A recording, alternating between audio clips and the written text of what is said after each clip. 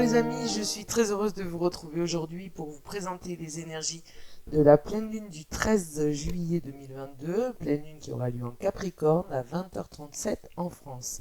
Donc le principe de la pleine lune, c'est une opposition soleil-lune. Donc le soleil est en Cancer et la lune est en Capricorne. Sauf que là, on va avoir quand même des mouvements assez importants dans le sens où la lune est normalement en domicile en Cancer, donc elle est vraiment en opposition. Alors une lune en Capricorne, c'est la structure, la tradition, les problématiques d'argent, l'expérience et la sagesse. Pour cette pleine lune, la lune est opposée à Mercure qui est en Cancer, elle est conjointe à Pluton, elle est trigone à Uranus en Taureau, elle est sextile à Neptune en Poisson, et surtout on a aussi la lune noire en Cancer. Donc, il semblerait qu'il y ait quelque chose à dire avec des émotions et qu'on a quelque chose à dire et qu'on a quelque chose sur le cœur. Mercure est en conjonction au Soleil le 17 juillet 2022, donc ça a des risques de communiquer fort, haut et fort. Vénus fait trigone à Saturne qui est en Verseau et Vénus est en Gémeaux et Quinconce à Pluton. Mars est en Taureau, Quintile à Saturne, Jupiter semi-carré à Saturne, donc Jupiter est en Bélier et Quintile à Pluton. Donc, un Mercure en Cancer, il est très proche du Soleil, donc il a une influence accrue, et en Cancer, c'est le signe de la Lune. Donc, on va avoir des communications, un besoin de communiquer pour le plan émotionnel, mais les émotions peuvent aussi troubler la communication. On a aussi une communication positive, mais basée sur plus de réflexion et d'analyse. Et on va surtout communiquer donc avec nos émotions que avec le rationnel. On va mettre en lumière ce qui est caché, ce qui est sombre, ce qui est pas clair. Enfin, on va essayer de faire tout ça. On peut avoir des problèmes de mémoire, de concentration. Et surtout avoir une humeur changeante parce que les émotions sont accrues et l'ego aussi prend une grande place. On peut donc malheureusement avoir quelques paroles un peu trop fortes, un peu malheureuses comme on dit. Et donc on a aussi cette conjonction avec Platon qui va augmenter la sensibilité et l'intériorisation des émotions, ce qui n'est pas très bon. Et donc le 17, quand Mercure est en conjonction avec le Soleil, on a de toute façon un éclairage très puissant sur soit une prise de conscience, enfin un aboutissement, et ça aboutit à une prise de conscience, ce serait pas mal et le bienvenu, hein, on ne sait jamais qu'un réveil subi, un sursaut subi. En tous les cas, il y aura un éclairage puissant sur quelque chose qui nous préoccupe depuis quelque temps. Uranus est en trigone, ce qui favorise des échanges positifs et qui permet d'étendre ses relations, mais parfois il peut être aussi révolutionnaire et violent dans ses réactions et dans ses actions. Donc attention aux réactions violentes. On sait avec les énergies de la semaine, je vous mettrai la vidéo en lien là si vous souhaitez la regarder. On sait qu'il y a des énergies très puissantes cette semaine et une ambiance un peu révolutionnaire. Bon, en même temps, c'est peut-être voulu, je sais pas. Et puis en même temps, c'est le 14 juillet jeudi, donc révolutionnaire est bienvenu. Hein, c'est pour célébrer. Ensuite, on a un sextile à Neptune qui rend rêveur et sentimental. Les artistes pourront s'exprimer très largement et leur talent sera mis en avant. On peut aussi recevoir des messages et des intuitions, donc soyez attentifs à d'éventuels messages de l'univers et peut-être des révélations divines. Pour ce qui est donc de Vénus en Gémeaux, elle fait trigone à Saturne. Donc là, on a un excès de sincérité, une volonté de construire sur le plan financier et affectif, une énergie créatrice issue d'une prise de conscience solide. On veut des solutions solides, durables et réalistes. La Lune en Capricorne nous crée quand même un bien-être et nous appelle à une sécurité financière notamment. Mais le carré à Neptune peut mettre le doute sur la clairvoyance, sur ce que l'on voit. On n'est pas sûr de voir ce que l'on voit, même si cela fait 2 ans que l'on a l'impression de rêver face à l'incohérence de la gestion des crises. Mais peut-être qu'on va être illusionné sur quelque chose, que l'on a été illusionné sur quelque chose, sur quelqu'un, et subitement on va se rendre compte de la triste réalité. qui va peut-être nous plonger dans la peur et l'angoisse. Donc attention à cette réaction de peur, notamment, et d'angoisse qui pourrait être un peu exacerbée.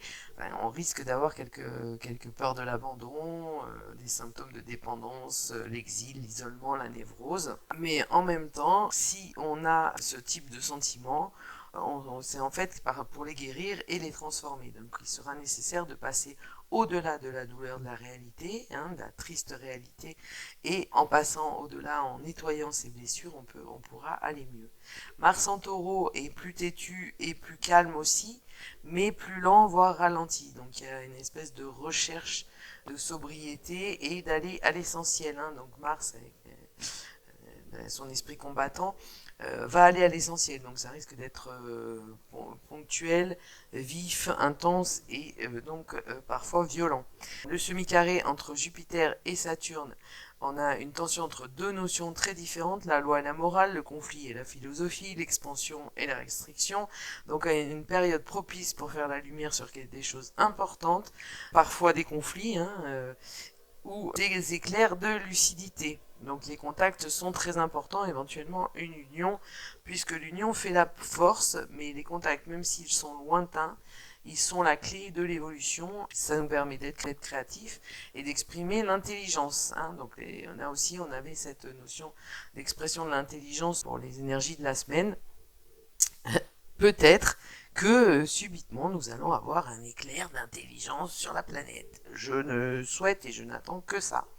C'est le moment d'être honnête et sincère avec soi-même et de nous honorer tels que nous sommes.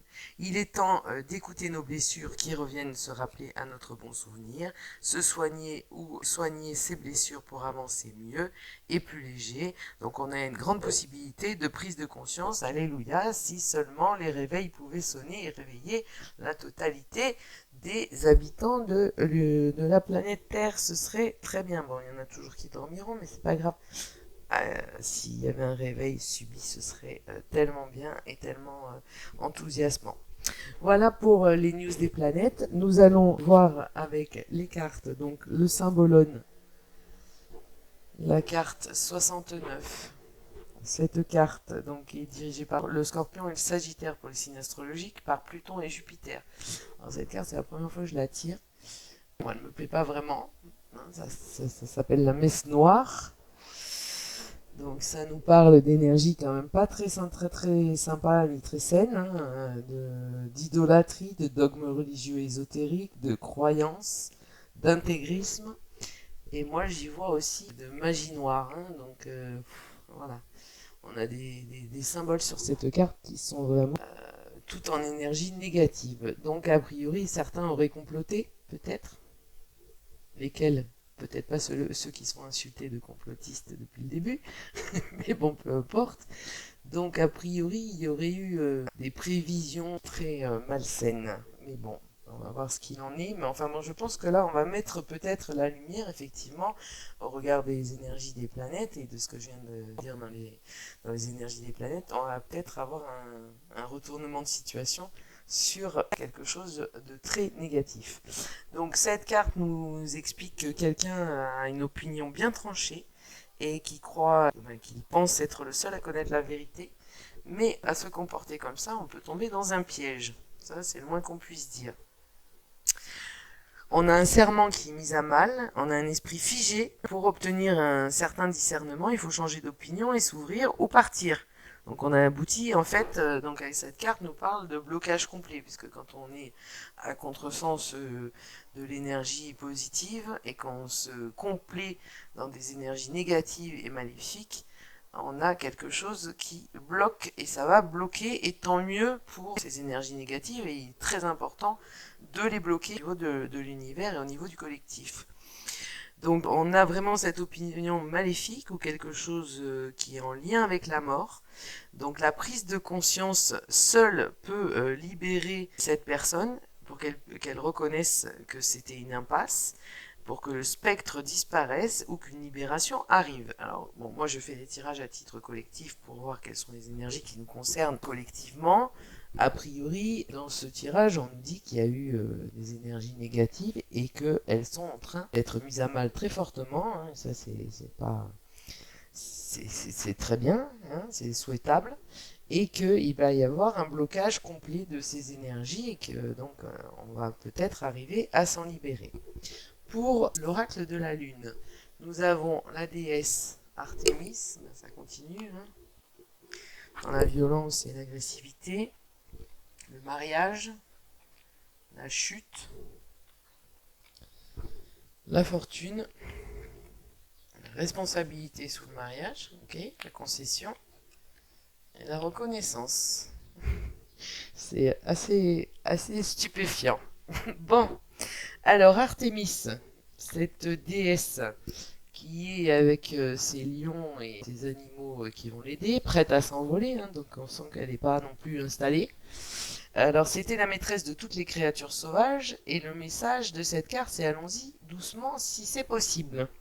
Donc il va y avoir des remue-ménages, je pense, là. Donc cette déesse est dirigée par le signe astrologique du bélier, donc un signe de feu, donc en fait ça va pas du tout calmer les énergies.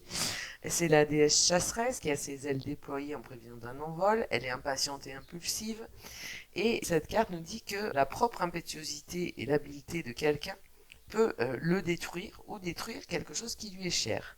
Donc en fait ce serait bien d'agir prudemment, sous peine de danger, hein, parce que il faut avoir une approche plus sereine et moins sophistiquée des choses, et surtout moins vindicative et moins agressive peut-être. Hein. Donc le message, allons-y doucement si c'est possible, et en même temps, les énergies de cette carte avec le bélier et le feu sont pas super douces. Mais en même temps, peut-être que pour lutter contre les énergies négatives de cette conspiration et de cette messe noire, il va falloir agir de manière assez forte.